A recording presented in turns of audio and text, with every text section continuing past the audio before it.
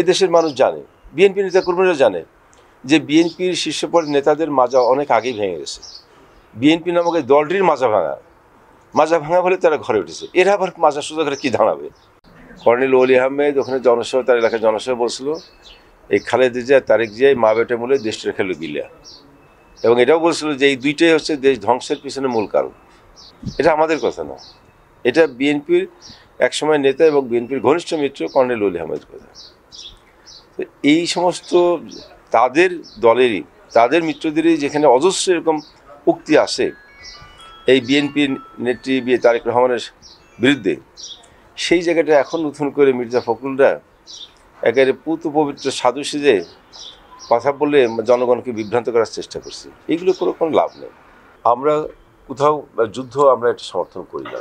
আমরা চাই গোটা পৃথিবী শান্তিপূর্ণ থাকুক, কোথাও যেন যুদ্ধ না হয়।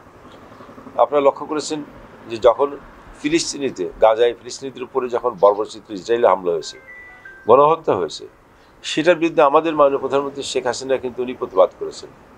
উনি জাতিসংঘ এই গাজায় ফিলিস্তিনি হত্যা বন্ধ করার জন্য জোর দাবি জানিয়েছিলেন।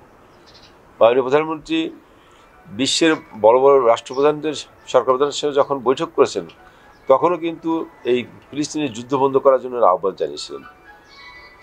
রাশিয়া ইউক্রেন যুদ্ধ বন্ধের জন্য উনি আহ্বান করেছিলেন।